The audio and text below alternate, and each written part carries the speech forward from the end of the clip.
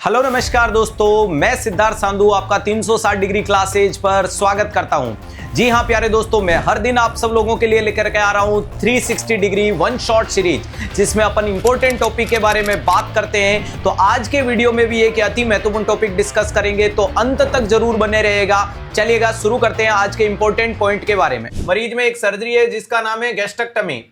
एक सर्जरी है जिसका नाम है गैस्ट्रेक्टमी। गैस्ट्रेक्टमी का मतलब होता है रिमूवल ऑफ स्टोमक।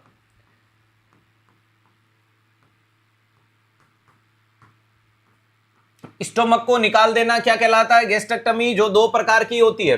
एक होती है टोटल गैस्ट्रेक्टमी और दूसरी होती है सब टोटल गैस्ट्रेक्टमी। क्या देखने को मिलती है? सब टोटल गैस्ट्रेक्टमी देखने को मिलती है। टोटल गैस्ट्रेक्टमी का मतलब होता है complete removal of stomach. Complete removal of stomach देखने को मिलता है। होता है या नहीं होता है? सब टोटल का मतलब पार्शियल रिमूव करना स्टोमक को। और जब पार्शियल रिमूव की बात आती है तो यहां नाम आता है दोस्तों बिलरोथ। यहां नाम क्या आता है? बिलरोथ फर्स्ट और बिलरोथ सेकंड। अरे यहां नाम आता है बिलरोथ फर्स्ट और बिलरोथ सेकंड।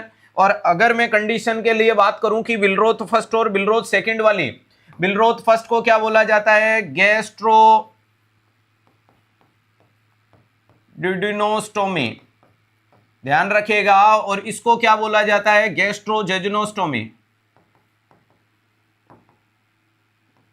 गैस्ट्रोड्यूडेनोस्टोमी और गैस्ट्रोजेजुनोस्टोमी के नाम से जाना जाता है। तो स्टोमक को काट के ड्यूडिनम से जोड़ दो, स्टोमक को काट के जेजुनम से जोड़ दो। जब आपने स्टोमक को काट के इंटेस्टाइनल वाले पोर्शन को छोटा कर दिया, स्टोमक आपका एक फूड का रिजोवियर बैग होता है, और जब थैला नहीं है तो चीज सीधी डंप करेगी। तो डंपिंग सिंड्रोम वाला इसका कॉम्प्लिकेशन। अब इस गैस्ट्रेक्टमी के कॉम्प्लिकेशन अगर आपसे पूछे कि गैस्ट्रेक्टमी के क्या क्या कॉम्प्लिकेशन आपके सामने आ सकते हैं, तो ध्यान रखिएगा, वेरी इंपॉर्टेंट चीज है कि गैस्ट्रेक्टमी के लिए गैस्ट्रेक्टमी का अर्ली या एक्यूट कॉम्प्लिकेशन अगर आपसे पूछे तो नाम आएगा हेमरेज।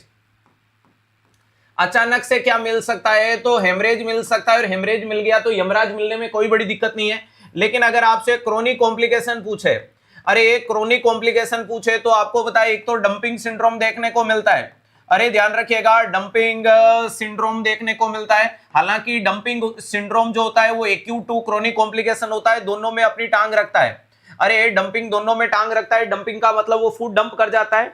अरे इस डंपिंग सिंड्रोम वाले को आपकी तरफ से एडवाइस क्या होगी? तो एक तो एडवाइस होगी हाई फैटी डाइट।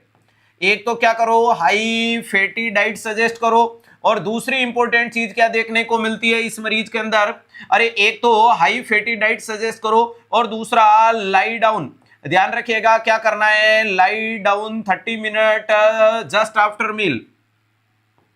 अरे ध्यान रखिएगा, just after meal very important चीज है कि जस्ट आफ्टर मील, खाना खाने के बाद 30 मिनट तक लगातार आपको क्या करना है? लाई डाउन बना रहना है। ये वाली कंडीशन को किसके रूप में देखा जाता है? डंपिंग सिंड्रोम के रूप में। इसके अलावा एक और कॉम्प्लिकेशन आपके सामने देखने को मिलता है।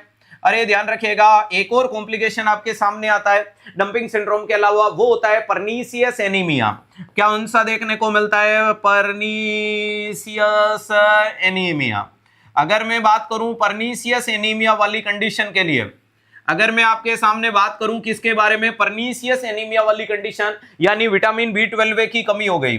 ध्यान रखिएगा, इसमें किसकी कमी देखने को मिलती है? विटामिन B12 की डेफिशिएंसी हो जाती है। और विटामिन B12 की कमी का कारण क्या है? इंट्रिंसिक फैक्टर की कमी। तो एडवाइज